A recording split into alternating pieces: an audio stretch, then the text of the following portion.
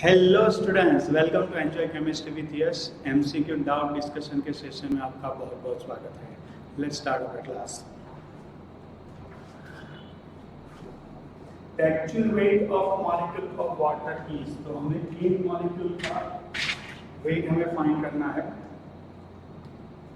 एक मॉलिक्यूल का ध्यान रखें, तो वाटर का मॉलिक्यूलर वेट होता है स्टूडेंट्स 18 ग्राम पर मोल। तो इसका मतलब होता है 18 ग्राम पर 6.022 into 10 to the power 23 molecules। तो इसका मतलब क्या हो गया स्टूडेंट्स कि 6.022 into 10 to the power 23 molecules का मास हो जाएगा 18 ग्राम। Therefore, one molecule का मास 18 upon 6.022 into 10 to the power 23। Is it fine?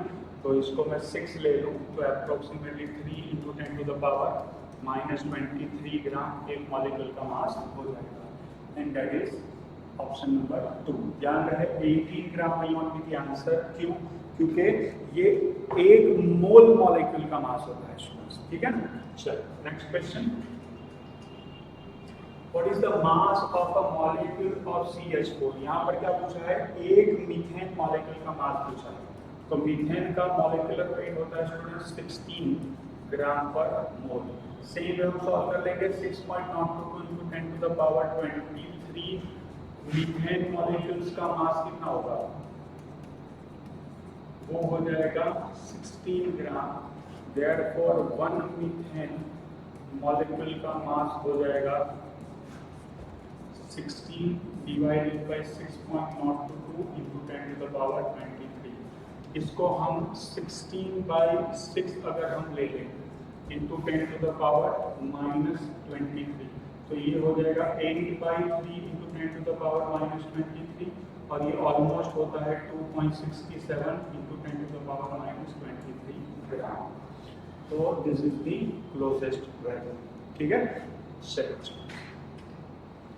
which of the following has the highest mass? Highest mass. First option 1 gram atom carbon.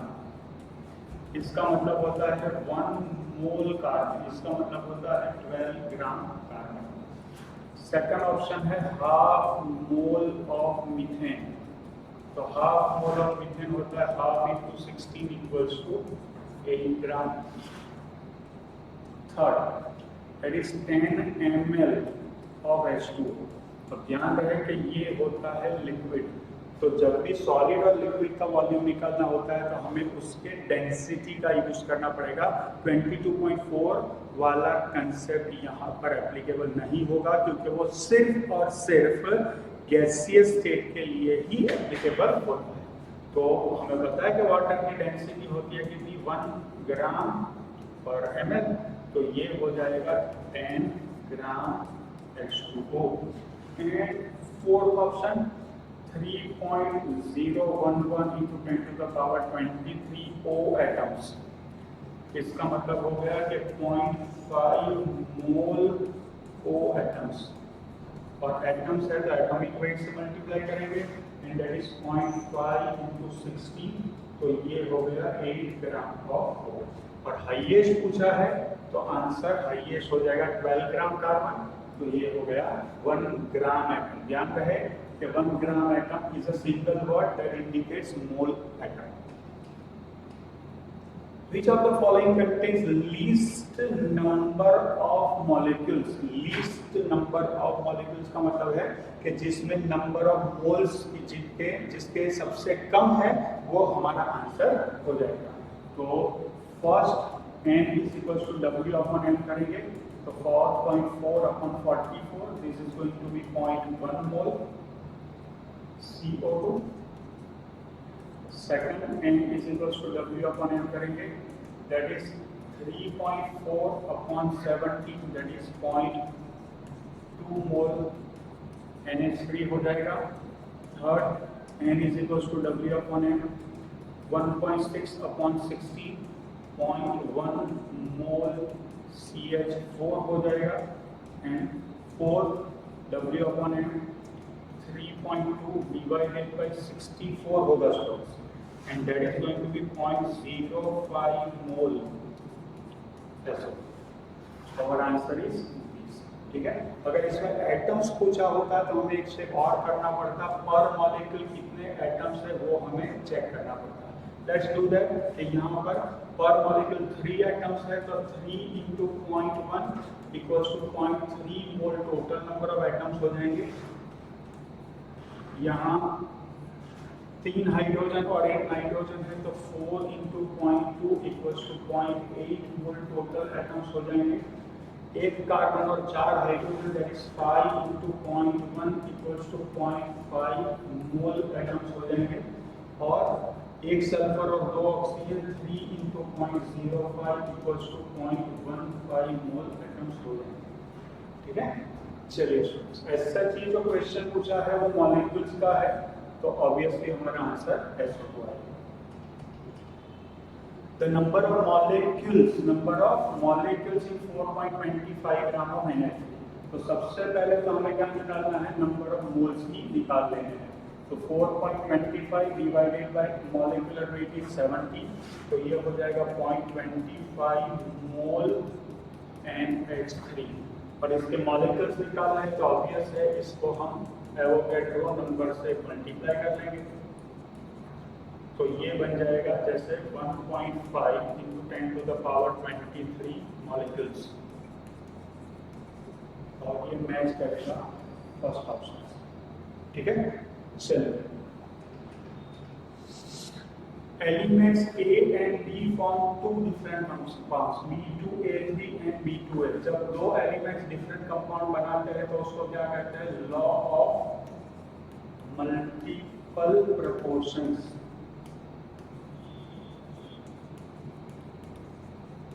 एक से ज्यादा proportion में जुड़े हैं, इसमें 2:3 और इसमें 2:1 है।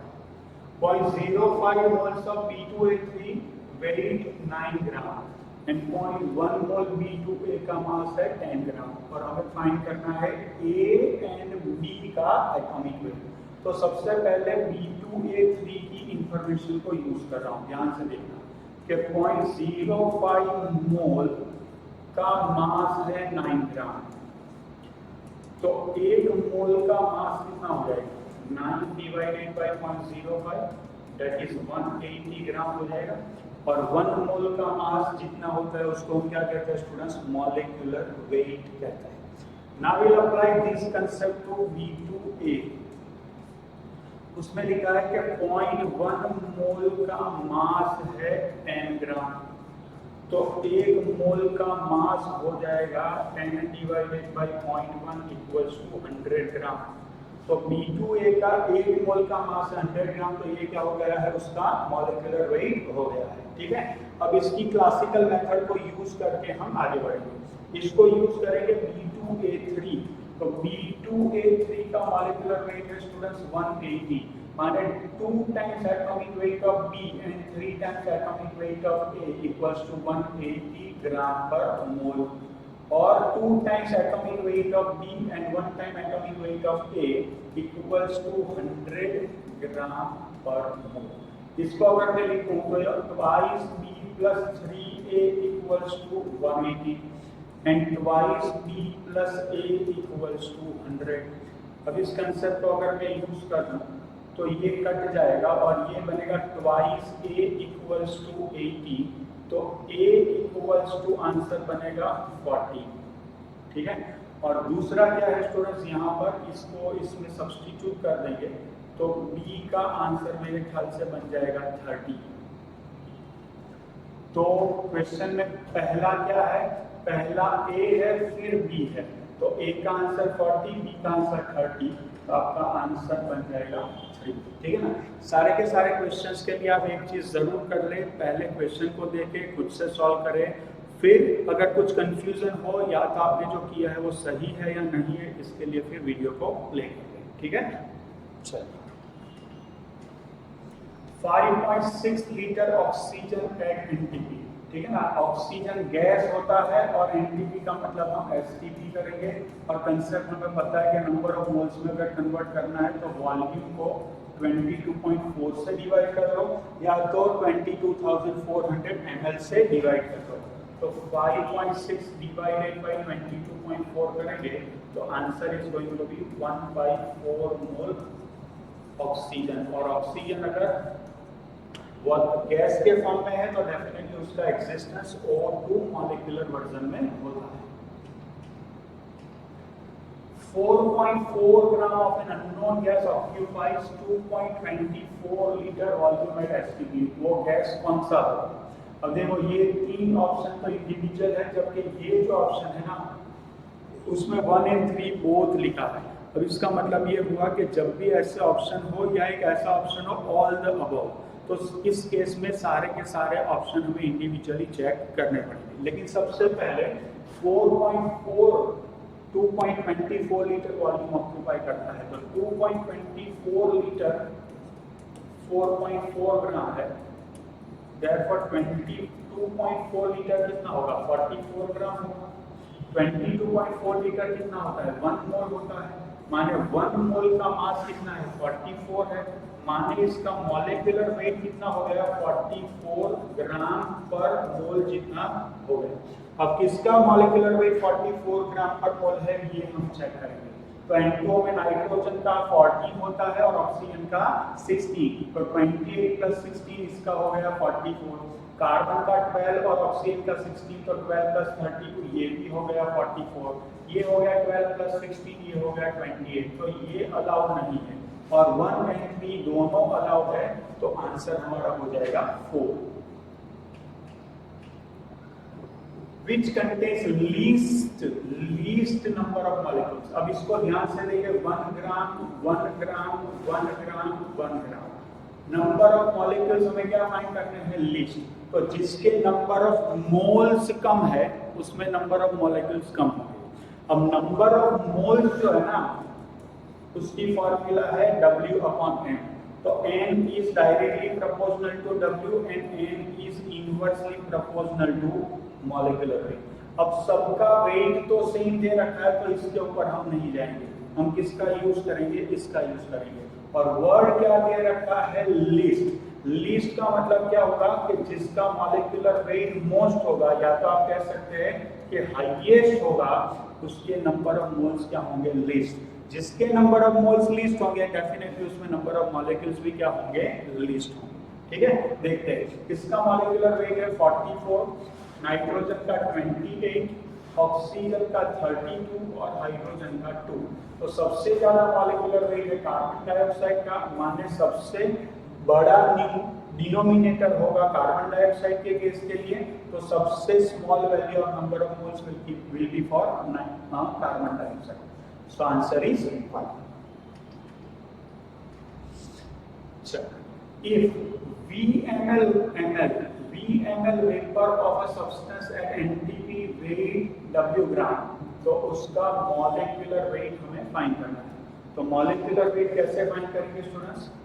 चल, तो VmL का वेट है W ग्राम, therefore 22,400 ml का वेट कितना होगा? W/V into 22,400 ml, सॉरी ग्राम हो जाएगा।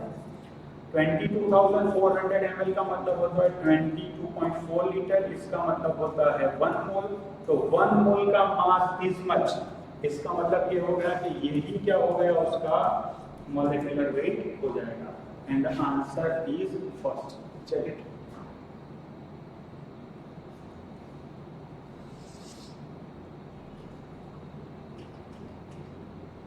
चल 3.01 into 10 to the power 20 molecules are removed from 98 milligram sulfuric acid. The number of moles of sulfuric acid left। तो इसका मतलब ये है कि हमारे पास 98 मिलीग्राम जितना सल्फ्यूरिक एसिड था, उसमें से this many number of molecule sulphuric acid हमने रिमूव किया, तो बचे हुए सल्फ्यूरिक एसिड के नंबर ऑफ मोल्स क्या हो जाएंगे? ठीक है, चलो तो पहले तो जो लिखा है उसको मैं सिंप्लीफाई कर देता हूँ कि मेरे पास इतना सल्फ्यूरिक एसिड था, इसमें से 3.01 into 10 to the power 20 जितने सल्फ्यूरिक एसिड के मॉलिक्यूल्स निकाल दिए। अब मजे की बात ये है कि ये क्या है, वेट है, और ये क्या है, मॉलिक्यूल्स है। ठीक है, तो दोनों को सबसे पहले मैं नंबर ऑफ मोल्स में कन्वर्ट करूंगा।